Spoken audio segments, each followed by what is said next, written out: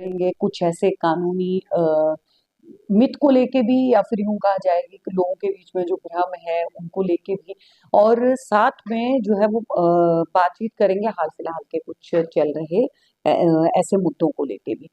फिलहाल जो है वो हम पहुंच चुके हैं एडवोकेट भारत भूषण जी के यहाँ पे।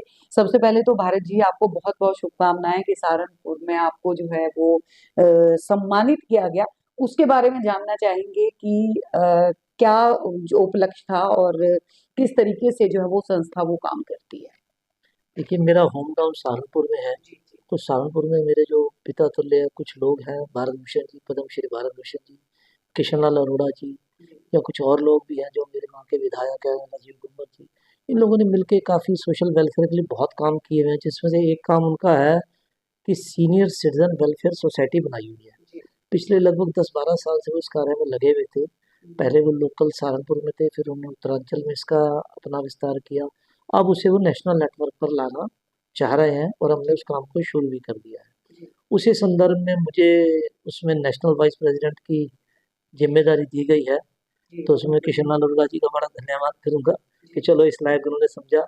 हालांकि सीनियर सिटीजन की दहलीज पे हूँ मैं, महीना हम्म। 2 महीने का बकाया है, लेकिन एनी हाउ। नहीं नहीं, ऐसा तो कोई नहीं कह सकता कि भारत जी जो है वो सीनियर सिटीजन देखिए, जो ऐसा है है। ना, समय के प्रभावों को भी रोक तो सकता नहीं। आपकी फीलिंग नहीं, क्या है? किसी ने ये चीज कही है भारत जी की, एज जो है वो जस्ट एक डिजिट है, एक नंबर है। हाँ, मैं वैसे भी 30+ हूँ। जी उसके बाद तो गिनना भी बंद कर दिया था हमने।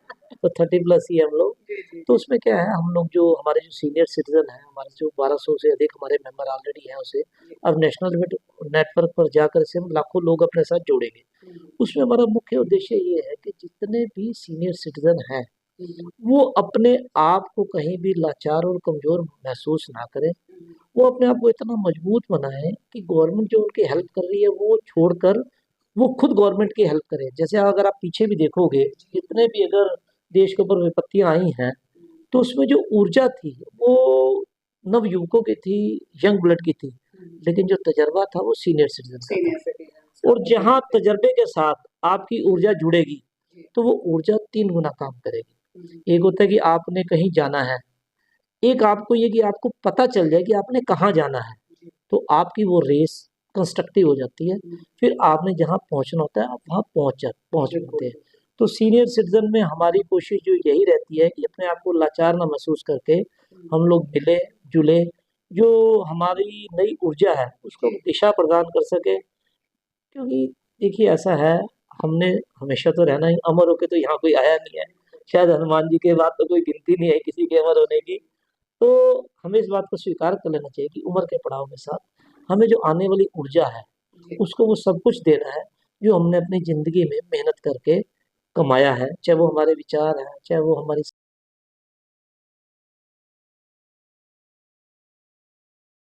क्योंकि एक किसी समझदार बड़े एक किसी दार्शनिक ने कहा हुआ है कि अगर सारे तजर्बे आप अपने ऊपर लेना शुरू कर दोगे, तो आपको ज़िंदगी छोटी पड़ जाएगी। क्या बात तो है। अच्छा है ना, तजर्बे आप हमारे लीजिए, ऊर्जा आपकी है, नाम आप ही का रहेगा। तो सीनियर सिटीजन का हमारा मुख्य उद्देश्य यही है कि जो हमारा तजर्बा है वो नई ऊर्जा के काम है। हम इसमें अपनी युवा शक्ति को भी जोड़ेंगे, यंग ब्लड को भी जोड़ेंगे, उनको सही दिशा, देश के लिए, समाज के लिए, अपने राज्य के लिए, अपने परिवार के लिए, जो आज का युवा दिशाहीन हो रहा है, कोशिश की जाए कि उसमें जितना हम अपना प्रयास कर सकते हैं वो करें। बाकी तो ईश्वर इच्छा है, जितना होना है वो होगा जी और होता चला जाएगा। हम जी अपने प्रयास में कोई कमी नहीं रखेंगे। जी।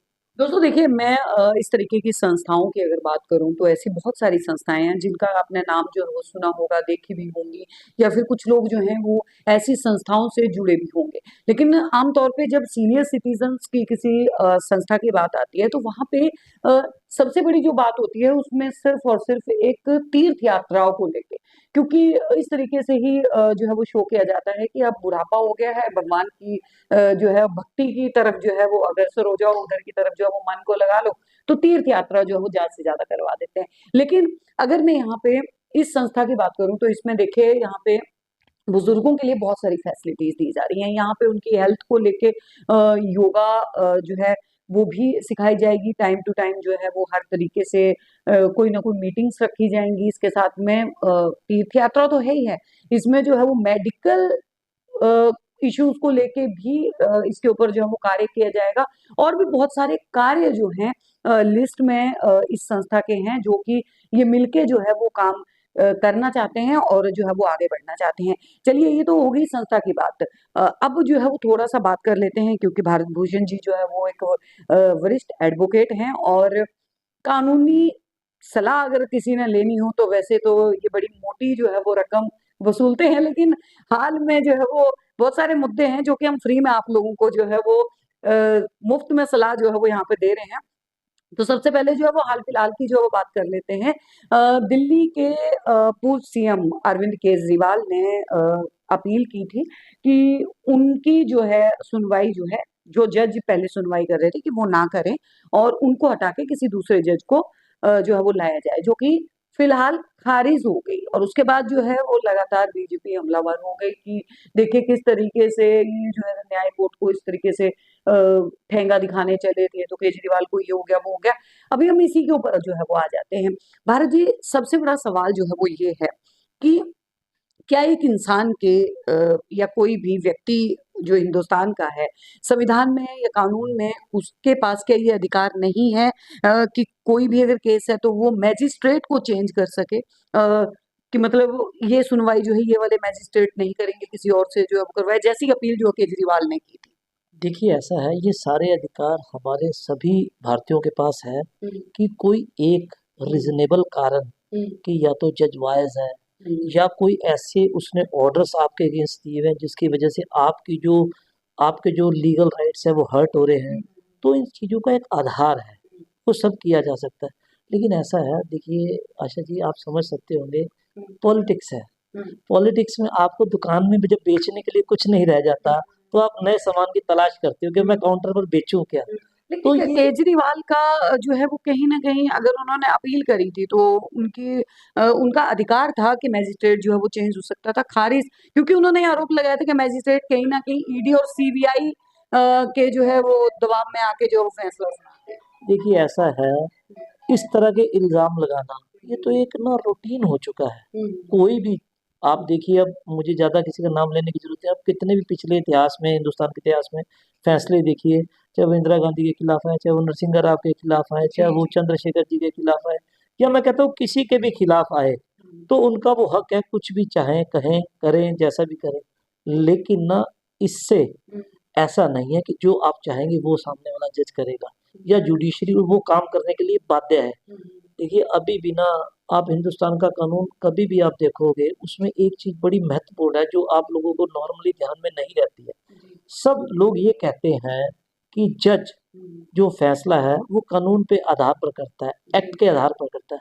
लेकिन आप हिंदुस्तान की जब भी आप जुडिशरी को अच्छे से पढ़ेंगे, हुँ, समझेंगे, उसमें सबसे मेन बात है कि जज को ये अधिकार दिया गया है कि जज हुँ, कानून की दायरे के अंदर एक्ट को देखते हुए, धाराओं को देखते हुए फैसला अपने विवेक से लेगा, जो कानून संगत हो, न्याय संगत हो। जी, जो उसका विवेक है वो आज भी सर्वोपरि है, की जाती है। हुँ, ठीक है, अच्छे बुरे लोग हर संस्थाओं में हैं, उसको कहना या उस बात को गिनना, उससे कहने से सब कुछ खत्म नहीं हो जाता है। जी, अच्छाइयाँ बुराइयाँ पिछले समय में थी, तब भी चलती थी, आज भी चल रही हैं, कहीं थोड़ी कहीं ज़्यादा, उसको आप रोक नहीं पाएँगे। जी, लेकिन अब आप ये कहो कि मैंने जो आपको कहा है, उसको आप मानेंगे और आप मेरे अकॉर्डिंग आप उसका फैसला देंगे या मेरे अकॉर्डिंग आप जज चेंज करोगे, तो अगर मैं ज़्यादा ना कहूँ तो बेगर नेवर चॉइसेस। अब हाँ, याची है, बिल्कुल। याचिका करता है। हुँ, अब आप अपनी चॉइस से काम कराएँगे क्या? फिर तो फैसला भी आपको अपनी मर्ज़ी का चाहिए। आज अभी आपको जज अपनी मर्ज़ी का चाहिए, कल आपको फैसला भी अपनी मर्ज़ी का चाहिए। उससे क्या हो जाएगा? ये सब प्रोपेगेंडे हैं, जी, ये सब चीज़ें क्या है अब ज़्यादा किसी बात को क्रिटिसाइज़ करना ऐसा हो जाएगा कि बायस होने वाली बात है। पर ये पॉलिटिकल इश्यूज़ है, पॉलिटिकल चीज़ें हैं। जज वकील को ना करना, खुद को करना, क्योंकि उनकी यहाँ दुकान लगभग बंद हो चुकी है। हुँ, अब वो यहाँ दुकान का शटर दोबारा खोलना चाह रहे हैं, अपने आप को एक माइलेज देने की कोशिश कर रहे हैं। अब देखिए ना, शुरू से केजरीवाल के साथ जितने लोग थे, मेरे ख्याल वो एक भी नहीं बचा। क्या जी, वजह है? हुँ, मैं तो कारण नहीं हूँ, आप कारण नहीं हो, और कोई उसमें आपको जी प्राइम मिनिस्टर कारण है, या कोई राष्ट्रपति ने कुछ कर दिया, या कोई किसी पार्टी ने कुछ कर दिया, कांग्रेस ने कुछ कर दिया, बीजेपी, तो बेकार की बातें हैं। जी, आपके अपने कर्म हैं जो आपके आगे आएँगे, लेटर और सूनर। और जी। कोई ऐसी बात नहीं। जी। भारत जी एक सवाल जो है वो मैं और लेना चाहूँगी कि बहुत सारे ऐसे जो है वो अगर बात करें सुप्रीम कोर्ट कई बार बहुत सारी ऐसी चीज़ें जो है उनको मान्यता दे देते हैं कि अब से जो है वो ऐसा होगा। लेकिन कहीं न कहीं समाज के ऊपर जो है उन ऑर्डर्स का उन कानूनों का जो है वो कहीं न कहीं गलत असर भी पड़ता है। अगर उसका पॉज़िटिव किसी एक के लिए है तो 10 के लिए जो है वो नेगेटिव भी जाता है। हाल ही में अगर जो हम बात करें जैसे कि सुप्रीम कोर्ट का जैसे लिव इन को जो है वो वैध किया गया है। पत्नी शादीशुदा होते हुए भी किसी और के साथ जो है वो लिव इन में रह सकते हैं। आपको लगता है कि ये समाज के लिए ये इस तरीके से व्यवहार क्योंकि आज के टाइम पे अब जो है वो क्योंकि पहले हम देखते थे कि अगर पति या पत्नी का कहीं पे बाहर अफेयर होता था तो जो है पत्नियाँ जो है वो आक्रोशित होके या पति आक्रोशित होके जो है वो एक्शन ले सकते थे। लेकिन आज के टाइम पे अगर पत्नियाँ जाएँगी तो प्रेमिका ही जो है वो मार के भगा देती है कि उनका भी जो है वो हक है पूरा। देखिए, आप एक बात को बड़ा गहरे तौर से समझिए, इतना जी, बढ़िया सवाल है, आपको ऐसा जवाब दूँगा कि आपका मन प्रसन्न हो जाएगा। जी। पहली बात आप ये सोचिए कि आज हिंदुस्तान के अंदर हुँ, जितनी भी सिक्योरिटी है, हुँ, चाहे वो आपके रिलेशन को लेकर है, जी, चाहे वो आपकी स्टडी को लेकर है, हुँ, चाहे आपके समाज में रहने-सहने को लेकर है। अगर आप ये सोचते हैं कि कानून के डर से हुँ, आप सिक्योर हैं, हुँ, तो आपकी बड़ी भारी गलतफ़हमी है। हुँ, आपको ये मालूम ही नहीं है कि आपकी सिक्योरिटी में आपका समाज कितना बड़ा रोल प्ले कर रहा है। हुँ, जिसको भी मौका लगता है, वो बुराई इसलिए नहीं करता कि उसका पड़ोसी ना देख ले, उसका चाचा ना देख ले, उसका मामा ना देख ले, उसका दोस्त ना देख ले या समाज में वो कहीं अभिशप्त ना हो जाए। तो आज भी मान के चलिए गाँव के अंदर डीप इंटीरियर के अंदर समाज जो अपना रोल प्ले कर रहा है, हुँ। उसमें कानून अभी कहीं पर भी स्टैंड नहीं करता लेकिन है। एक्स्ट्रा मैरिटल अफेयर्स जो है अभी, पिछले कुछ अभी, सालों में बहुत ज़्यादा हो गए हैं। अभी हाँ, मैं आपको बताता हूँ। जी। अब आ जाते हैं जुडिशरी के ऊपर। हुँ, जुडिशरी जो इस तरह के फैसले दे देती है, हुँ, अनाउंस कर देती है, प्रोनाउंस कर देती है, उसमें हमारे देश का सबसे बड़ा दुर्भाग्य ये है हुँ, कि हमारे देश के जितने जुडिशरी सिस्टम के बड़े-बड़े सुप्रीम कोर्ट के जज या हाई कोर्ट के जज हैं, हुँ, वो सभी बॉर्न विथ सिल्वर स्पून हैं। हुँ, उन्होंने उस स्तर के समाज के उस स्तर को छुआ ही नहीं हुआ हुँ, कि उनको समाज की सच्चाइयों के बारे में ज्ञान ही नहीं है। हुँ, मुझे कहने में कोई शर्म नहीं है कि अगर आप देखिएगा कि वो स्टडी बेस हुँ, नॉलेजेबल पर्सन है। जी, देखिए 2 तरह की चीज़ें होती हैं। एक होता है कि आप बहुत ज्ञानी हैं, जी, एक होता है आप बहुत व्यावहारिक हैं, हुँ, तीसरा होता है आप ज्ञानी भी हैं और व्यावहारिक भी हैं। तो यहाँ पर इस चीज़ को पकड़ना पड़ेगा कि आपको ज्ञान के साथ व्यवहार भी सिस्टम में लाना पड़ेगा। मेरा एक सीधा-सा एक चैलेंज है या सीधा-सा एक सबमिशन है, सीधा-सा एक स्टेटमेंट है। जैसे पुराने ज़माने में राजा-महाराजा जो होते थे, वो रात को ना कंबल पहनकर, अपना वेश बदलकर देखने जाते थे कि समाज में मेरी रेपुटेशन क्या है? मुझे जी, लोग किस तरह से ले रहे हैं जी, और मेरा समाज चल कैसे रहा है? मेरा देश कैसे चल रहा है? मेरी रिक्वेस्ट है हाई कोर्ट के, सुप्रीम कोर्ट के जजों से, वो अपना प्रोटोकॉल छोड़े, अपना कोर्ट ऑफिस में छोड़े, अपना नॉर्मल आदमी बन के किसी दूसरे शहर में जाके अपनी रेपुटेशन चेक करें। जी, अपने आप को देखें तुम्हारे बारे में लोग सोच क्या रहे हैं, आप हैरान हो जाओगे। जी, इसीलिए आपको समाज के बारे में जो अनभिज्ञता है ना, हुँ, जो नॉलेज नहीं है, वो ऐसे फैसले कर रहे हैं। या इस हुँ, तरह की कोई भी बातें हो। हुँ, मुझे मेरा पर्पज़ क्रिटिसाइज़ करना नहीं है जी, जुडिशरी को या किसी को या ये पर्पज़ नहीं है। मेरा मकसद अगर आपने सवाल पूछा तो उसका सीधे साफ शब्दों में जवाब देना है हुँ, और जागरूक करना है। जी, और अगर जिस दिन जजों के मन में मेरी बातें आ गई, मैं कहता हूँ 6 महीने साल के अंदर-अंदर ना देश का काया-पलट हो जाएगा। जी, क्योंकि देखिए हिंदुस्तान के जो 4-5 स्तंभ हैं, हुँ, उसमें जुडिशरी सबसे ज़्यादा पावरफुल और सबसे बिल्कुल, ज़्यादा रिस्पेक्टेबल मानी जाती थी। हुँ, आज उसने अगर ये अपना रिस्पेक्ट खोई है, तो उसका कारण कहीं न कहीं वो अपने कोर्ट के अंदर भी, अपनी सीट के अंदर भी चेक करें तो कोई बुराई नहीं है। जी, वो करेंगे, देखिए कल को उनके बच्चे भी हैं, समाज में तो उन्होंने भी रहना है। बिल्कुल, ठीक है, आपने जज का बच्चा जज, जज का जज, कब तक चलेगा? कितनी चेन चलेगी? कभी तो रुकावट आएगी, कभी तो साइकिल घूम के वापस आएगी। आपको समाज में आना ही पड़ेगा। जी। मैं भारत जी एक अंतिम जो है वो सवाल लूँगी और बहुत ही गहराई में जो है वो सवाल है। पिछले कुछ सालों की अगर बात की जाए तो एक्सटॉर्शन के जो मामले हैं, वो सबसे ज़्यादा जो है वो आने लगे। अगर बात की जाए तो किसी भी महिला कोई भी महिला जो है वो जाके एफआईआर दर्ज करवा देती है कि उसके साथ जो है वो छेड़खानी हुई और बाद में कई बार जो है वो मामला सुलट भी जाता है एक मोटी रकम लेके। आपको क्या लगता है कि क्योंकि उसके बीच में अगर बात की जाए तो कहीं न कहीं कानून जो है वो ये कहता है कि महिला की पहले सुनी जाएगी, चाहे सामने वाला पुरुष जो है वो इनोसेंट ही क्यों ना हो, उसे फँसाया ही क्यों ना जा रहा हो। आपको नहीं लगता कि इसके ऊपर भी कोई कानून जो है वो इस तरीके से आना चाहिए या फिर एक गहरी जाँच जो है, जो महिला आरोप लगा रही है उसके ऊपर होनी चाहिए? जीवन में 2 चीज़ें होती हैं, एक होता है आपका अधिकार, दूसरा होता है आपका कर्तव्य। अगर सिर्फ़ आप अधिकारों की ही जानकारी देंगे और उस पे बल देंगे, कर्तव्यों को भूल जाएँगे, तो समाज में ये चीज़ें बढ़ेंगी और जब समाज में चीज़ें बढ़ती हैं और उसको न्यायपालिका, कोर्ट, एक्ट, कानून उसे संरक्षण देता है, तो वो एक तरह से विकराल रूप ले लेती हैं। ये वही जवाब है जो आपने कहा, इसमें भी समाज का जो पहले रोल होता था, अगर अब आप अब देखेंगे तो समाज का रोल दिन-ब-दिन इतना कम होता चला जा रहा है, जिसकी वजह से ये चीज़ें ज़्यादा बढ़ रही हैं। देखिए, आपको अधिकारों का तो ज्ञान हो गया, अगर आपने अपने कर्तव्यों का पालन नहीं किया, तो अधिकारों के आधार पर आप जीवन एक दिन भी नहीं चला सकते हैं। अगर आपने सरल जीवन जीना है, तो अधिकारों और कर्तव्यों का जो समन्वय होना चाहिए, जो आपका बैलेंस होना चाहिए, जिस दिन आप वो कर लेंगे, उस दिन ये चीज़ें अपने आप ठीक हो जाएँगी। किसी कानून की, किसी बात की ज़रूरत नहीं रहेगी अगर समाज के थ्रू हमारी संस्था जैसे हमने सीनियर सिटीज़न आपको बताया, मैं और भी संस्थाओं से जुड़ा हुआ हूँ, चेतना से जुड़ा हुआ हूँ, भारतीय धरोहर से जुड़ा हुआ हूँ, बीपीएमएस से जुड़ा हुआ हूँ, सीनियर सिटीज़न ग्रुप रोहिणी से जुड़ा हुआ हूँ।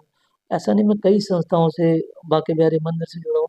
तो वहाँ पर हमारा मकसद बार-बार यही कहने का रहता है कि हमें समाज को अगर दिशा प्रदान करनी है, तो हमें अधिकार और कर्तव्य दोनों उसे बताने पड़ेंगे, उनका समन्वय करना पड़ेगा ताकि वो अपने किसी कानून का दुरुपयोग ना करें, किसी को एक्सप्लॉइट ना करें, चीज़ों को जीवन को मान के चलें कि जीवन गाड़ी के 2 पहिए हैं, आगे वाला आगे रहेगा, पीछे वाला पीछे रहेगा। बढ़िया कौन-सा है इसके बारे में बहस बेकार है।